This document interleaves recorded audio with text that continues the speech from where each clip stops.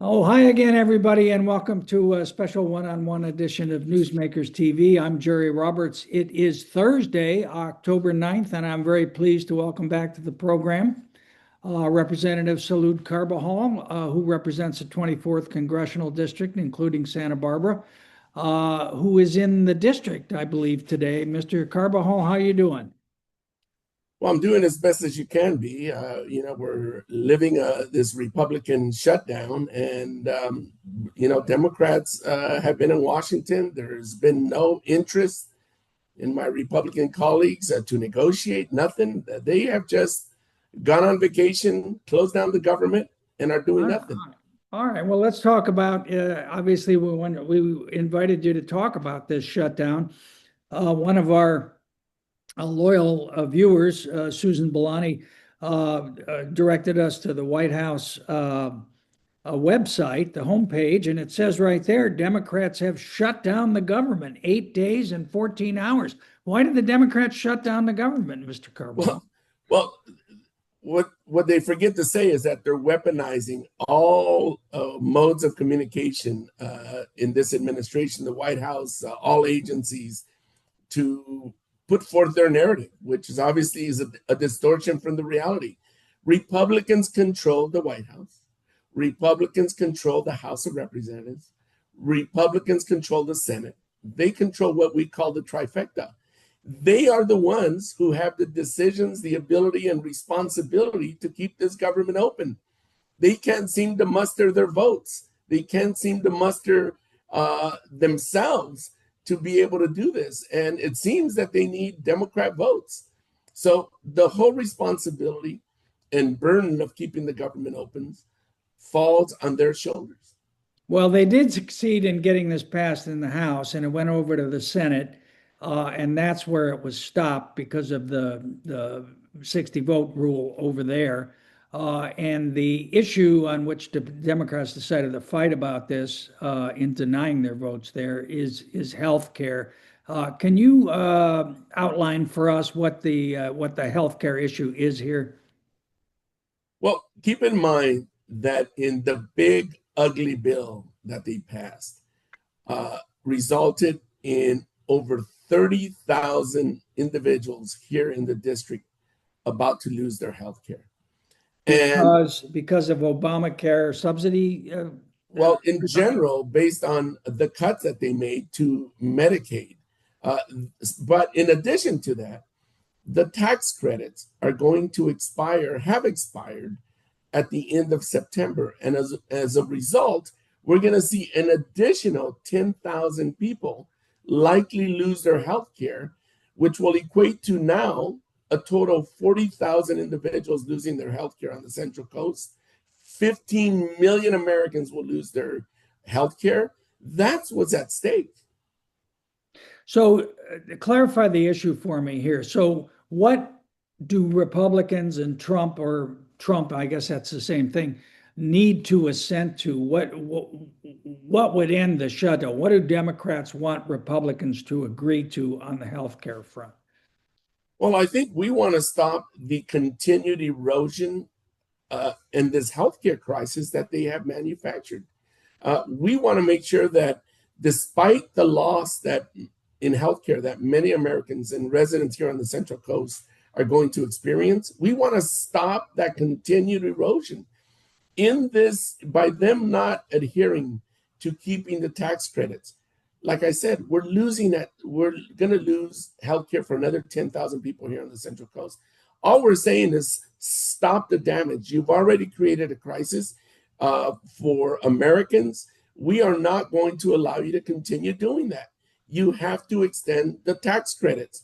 You can't decimate healthcare for the American people.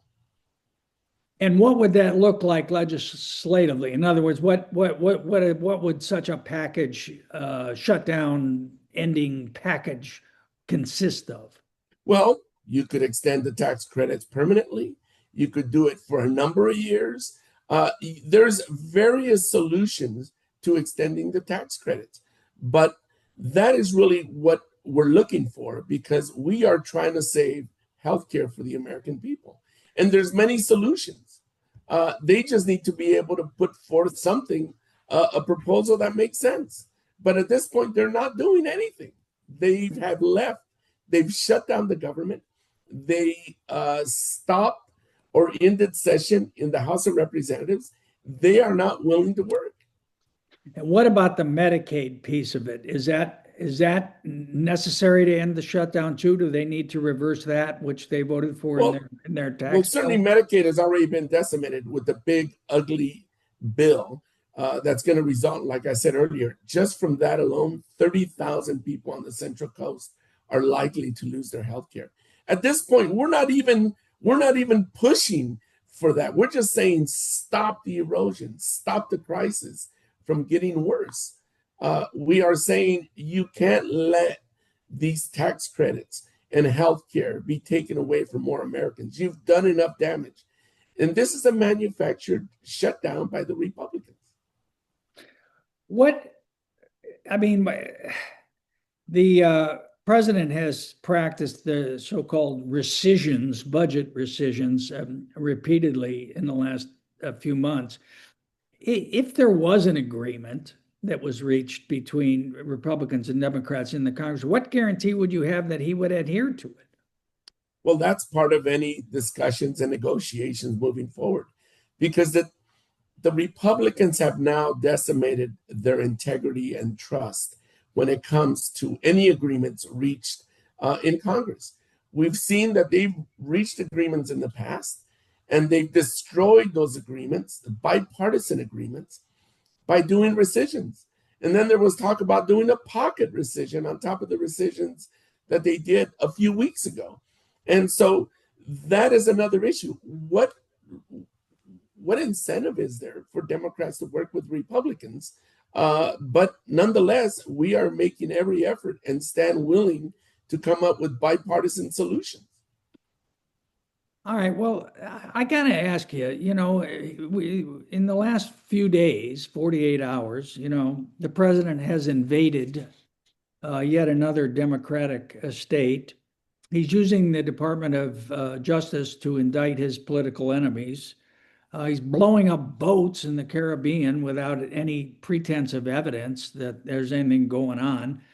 He did try to stage a coup, and then on his first day in office, pardoned all the people who took place in it. And he's the most personally corrupt president in the history of the United States. I mean, is this really about a difference over health policy that you have with the president? Aren't there bigger issues here? Absolutely, there's other important issues. But this is one that I think the American people see day in and day out and understand what a crisis this is, not to mention all the other crises that I think you've touched on.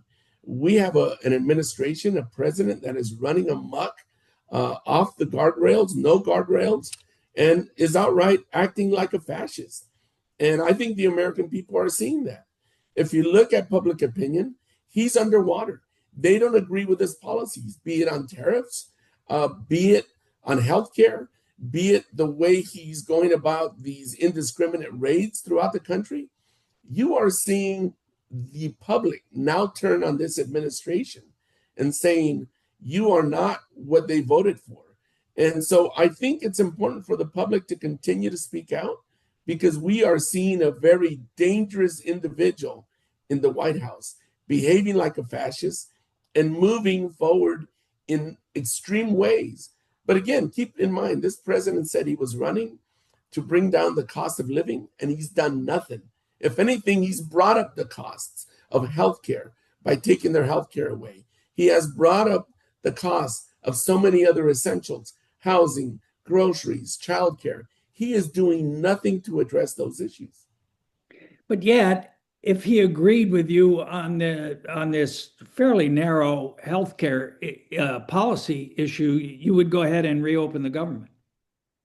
Well, I think keep in mind, Jerry, we are in the minority. We have very, very limited leverage. And this is the one-time leverage that we have. And we need to focus on something that the American people are experiencing right now. They are getting notices. They started getting notices now, and their healthcare is going to go up 114% minimum Let me just give you an example. What does that mean? It means that for a family of four earning $64,000 a year, their premiums are going to rise $2,571, a 194% increase. For a family of four earning $129,800 a year, their premiums will rise by $13,415. That's a 123% increase. We are talking serious damage and costs that the American people and Central Coast residents are going to face. What people are getting those notices now, and we've heard a little bit about it. Beyond that, however, what are the specific kind of concrete impacts that people are feeling about a shutdown, this shutdown? Because I don't see a lot. This is what, the 30-second shutdown we've had. It's almost become kind of a normalized thing. Well, I think you're going to start how seeing long it. does We it already take? started Go ahead. seeing it at the airports. We saw Burbank. What happened transpired in Burbank, Boston, Philadelphia, Dallas, Chicago, Houston. We are seeing some serious lapses in safety for the traveling public, for example, in airports. The military is not going to get their compensation. The Coast Guard and the military in general. Our economy is going to hurt. There are significant consequences when you consider the daily lives that Americans live, going to park services, Forest Service employees, firefighters. We're talking some serious damage. I think it takes a little bit of time for them to start seeing the implications and the negative impacts, but they are starting now. And I think people will start experiencing a multiplier effect of what that means for our lives and our communities. You mentioned the military not getting paid, and I want to ask you. Last week, the president and the Fox host, who is the cosplaying Secretary of War, summoned all of the generals, 800 generals from all around the world, to listen to them speak, which was, I believe, unprecedented. I believe it's happened before. What was your takeaway from that event and what was said? I was appalled that Hegseth and Trump would bring together our top military officers, generals, and basically polarize it, use it as a political rally, and polarize our military and tell them it's our way or the highway. And if you're not willing to toe our line, then you should get out. Basically, Trump and Hegseth think that they are a higher authority than the Constitution. And it was really bewildering. We've had a number of people resign. The military leaders that are able to speak out, some anonymous, are very disturbed, as well as members of Congress. This is alarming. Yet it's another sign of concern that we have with this fascist administration and what it means. It is a really scary time. And one of the things that the president said in that speech, if it can be sort of generously characterized as a speech, was that one of the things the generals would be fighting was the quote unquote enemy within. And then he ticked off a number of cities, all of them, oddly enough, led by Democrats, the enemy within. The U.S. military has never been used for policing cities or anything else in the United States. The National Guard is from time to time. What is your overall assessment of how the president is viewing and employing the military? Well, I'm hoping the courts at the end of the day are the backstop here, even though sometimes they have disappointed us with many of decisions. But this is scary. He is basically violating the law, the Posse Comitatus Act. It's even hard to say that. But the law stipulates that you cannot use military personnel on domestic soil for law enforcement purposes. And not to mention that he is fabricating emergencies and reasons to deploy our military in domestic settings, but the law is against it. And I think the courts, hopefully, will be the backstop against this. The Supreme Court, I'm hoping, even though I've been disappointed on many occasions in recent months, but he is clearly establishing an environment of tension and provoking communities so that he could then say, look, they're really doing terrible things. They are not doing in states anything that law enforcement cannot contain. You see governors, you see mayors saying that. He is just trying to politicize things, and it's all about an agenda. And I think the more I think about it, he's trying to create an environment where he can send the military out in the future and create a crisis like in our upcoming elections. I'm very, very alarmed that he could now, being unhinged as he is, do some really crazy stuff. So I'm sounding the alarm to all our citizens across the country and here on the Central Coast. We have a president that is going amok, being a fascist, and I'm very concerned for what the future holds for our country. Jerry, you were right early on. You and I had many discussions, and I am willing to tell you that I had hoped that a lot of these things that we are seeing progress now with this president, extreme things by this president, I really thought that they would not end up the way we are seeing. I had better hope for our institutions, for the courts. I had more optimism that this would not be transpiring. And now I'm here to say you were right. This is at a perilous, we're at a point where it's extremely perilous. And call me naive, I may be overly optimistic that we couldn't get to this point. And it could still get worse. Yeah, they're just getting started. I wish I made that. That made me feel better, but thank you for saying that anyway, Salud. But one of the things that really, or the thing perhaps that really got me in this round of escalation, he's dispatched troops, National Guard troops from Texas into Chicago. So, in other words, we have not only the federal government staging a surge or an invasion, but now we have another state using its military to invade another state. That's civil war, isn't it? Well, the state has certain authority under certain military policy and titles to mobilize and nationalize the National Guard from any state. But the optics that and the purpose that he's doing this from one state to another, not even the same state, sends those ripples of concern that you're touching on. How can you send military personnel, be it outright military or National Guard, into another state from another state? He is really politicizing our institutions, politicizing our military, and it's outright scary. And he's doing this mostly, overwhelmingly, in democratic states and cities. He might have done it in one other city or state that's a red state, but we know that's probably just to cover his ass. He is doing this. Nashville or Memphis or something. Yes, and in those cases, I think those Republicans welcomed the National Guard. So it's very different than other states. Well, look, you serve on the Armed Services Committee. You've been on there for almost 10 years. I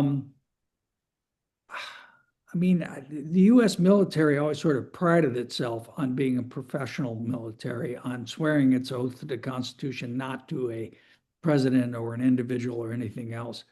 I mean, what do you think is going to happen with the military? I mean, so they're going to get, it's a few good men and get an illegal order. What's going to happen? How will they conduct themselves? Well, keep in mind, I'm a veteran myself. I served in the Marine Corps Reserve, as you know. I think there are still people there, even though we're not seeing it. Chairman Rogers of the House Armed Services Committee, I think, is somebody who shares a lot of these concerns. So we're going to be asking and pushing that we provide oversight, that we raise these issues in the various hearings that we have in the future.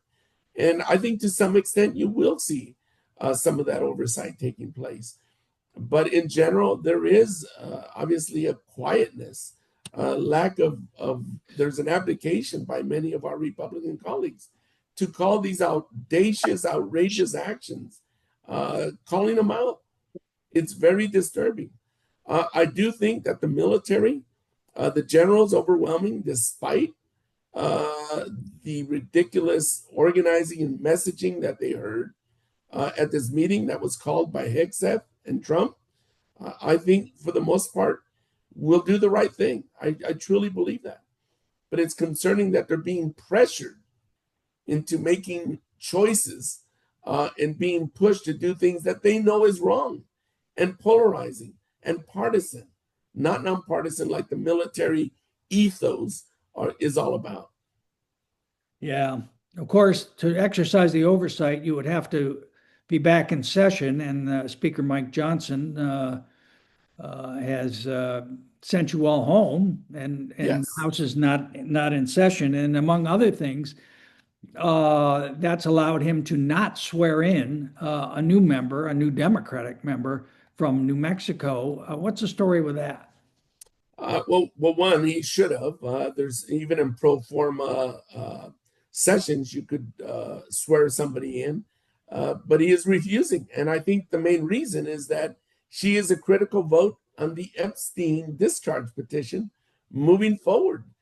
And they're trying to avoid the Epstein files moving forward that is clearly damaging to this president and others. So I think that was the real reason, not to mention other legislation that we might have to consider if there's ever a negotiated agreement that we achieve. I think they're concerned that their votes are diluted. Well, yeah, I think, there's so many disappointing things in the way people have acted since this started, but seeing the Republican members of Congress and the leaders just completely capitulate to Trump and to give up the balance of power, to give up their power, has been among them. And certainly Johnson, I think, has um, just completely capitulated. Would you agree with that? I do agree with that. I'm very disappointed. I always like to give people the benefit of the doubt that they'll do the right thing, but clearly we're not seeing that. All right. So what's the who's winning the shutdown? In other words, who are people blaming for the shutdown based on the information that you're getting? Well, I think if you look at public opinion, at least what I've seen, I think they're blaming the Republicans. They are seeing a president that is unhinged, with tariffs taking their health care away, food assistance for the most vulnerable, putting in these tariffs that are raising prices for our farmers, our business people. They just see an erratic, dysfunctional, crazy person and his administration running amok. And I think all public opinion holds the Republicans and this president accountable for this shutdown. They see it for what it is. It's their shutdown. They're in control of the Congress. They're in control of the White House. And they're doing all these wacky, terrible things to the American people. I think they see it for what it is. And I think all opinion points to the fact that the president is underwater. They see this as them owning this shutdown. It's their crisis that they've created. And I think Democrats are in a good place, fighting for health care to stop from it being further decimated and taken away from more Americans. Trump said in one of these silly little Oval Office gaggles he had the other day that there were negotiations going on with Democrats. Is that true, or is that he's just kind of winging it as usual? I think he's doing as usual, fabrications, lies, a bunch of BS. To the extent that there's any discussions, it could be the Senate, because they're trying to get their hands around, is there any proposal that might allow us to move forward and end this shutdown? But again, the Republicans, to the extent that they're talking to Democrats, great, but they haven't been doing much. Democrats have not been invited to the table. There's been no meetings. Johnson has sent everybody home. Republicans are not negotiating as they should be. Yeah. And I think, They've doubled down and put forward their partisan, flawed spending bills that have failed each and every time. three Democrats bucked the leader over in the Senate, Well, two and one independent. One was that's right. Angus King, and he has made it clear and telegraphed that he's going to be a no vote. So those three are going to shrink to two, maybe even more. And then the Republicans would need to peel off Eight, five more Democrats, a total of eight, and now it's looking like it'll be at least six. five or six. So is that the off ramp? Is that the end game? That's Well, what keep in happened? mind, Or like what I do you said think? earlier, Jerry. How does this Uh, end? How does this end? yeah, keep in mind, from making these tax credits permanent, 5 years, 4 years, 3 years, 2 years, put something on the table, negotiate, do something. And unless they do that, they don't want to end their shutdown. The Republicans want to keep this going for whatever reasons. They're trying every tool, this president, to threaten our federal employees.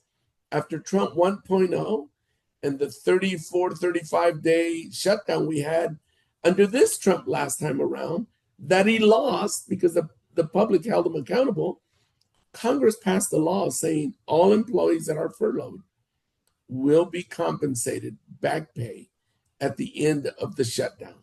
And he's threatening them, saying that somehow he could do otherwise. Clearly, he doesn't even know his job. His own people are not advising him. The law is the law. Is it? Well, we'll see. Well, Right. we're Well, seeing a challenge to many of our laws by this unhinged president and administration, and in some case, abdicating colleagues, Republican colleagues in Congress. yeah.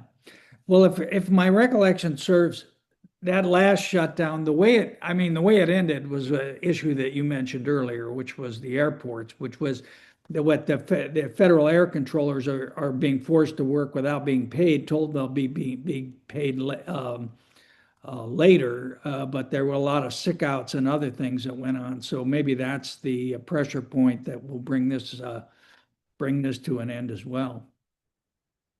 Perhaps there's a lot of damage that I think we're going to continue to see evolving and grow as a result of the shutdown. So meanwhile, you get to be in Santa Barbara and travel around and meet with the people on all sorts of matters and eat Absolutely. Well, first of all, keep in mind the first week, even though the Speaker Johnson sent us all home, we were all in D.C. We were waiting there, ready to vote, ready to do something to end this Republican shutdown, but they sent us home. This week, we're on 48-hour notice to come back if there's ever a reason. Well, the week is ending tomorrow, and we haven't gotten a notice, so we're in the district. So I made the best of it. I have a full schedule from morning to evening, meeting with constituents, visiting different groups, just continuing to do my work to make sure that people are aware of what's happening in Washington. I hear from them their concerns. I met with hospitals to hear about the impact of the healthcare cuts on them. I've met with various constituent groups, Planned Parenthood, to hear how they are dealing with the impacts, financial cuts and impacts from the big ugly bill.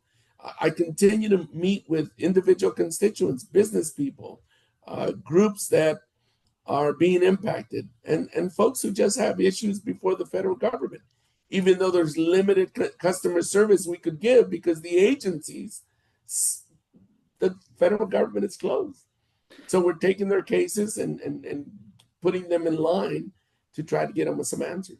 Hey, the last time we talked, we were discussing this raid on the two cannabis plants in farms locally, in which you had sort of tried to cross the line with ICE and so on.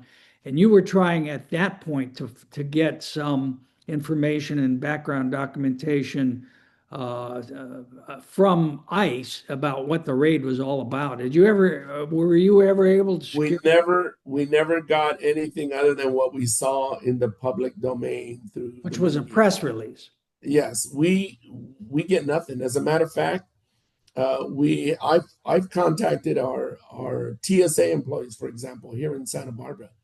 The administration has given directives to agencies that they are not allowed to talk to members of Congress or meet with us. They have given them clear direction on what they can do and cannot do. But that they've done that in months and weeks before. They are not letting personnel deal with us. I was lucky that I was able to go to the Santa Maria ICE facility, but yet I had to do it under their protocol, which was, I think, 72 hours or a week notice. Right now, there's a lawsuit, if I may add, making sure that the courts reaffirm that members of Congress have the right to do oversight at ICE facilities that are holding personnel, either permanent or temporary. And that is something that's before the courts to reaffirm that Congress has the right to show up unannounced without having to give notice 72 hours or a week as they have been trying to impose. All right. Well, Eduardo, as he is wont to do, is lurking here. He tells me we got time for one more question. So as you go around and talk to people, pay no attention to that small dog in the background. As you go around and talk to people in the district, are they aware of Proposition 50? Are they aware of this special election that's happening? I think they're hearing more. They are aware, but more people can be aware or should be aware. But I'm getting the sense that people see it for what it is. This is letting the people decide, reaffirm temporary redistricting that will mitigate the steal, the power grab that Trump and Republicans are doing with the Texas redistricting that their legislature did to make sure that Republicans try to stay in power comes next November. And this is a pretty straightforward measure that, unlike Texas, the voters will decide. It's in keeping with the Voting Rights Act, unlike Texas, that is not, and keeps the nonpartisan commission doing its job as voters intended them to do in the next redistricting. This is just mitigating the power grab, the steal of the election coming up by Trump and his cronies to stay in power and in the House of Representatives comes next November.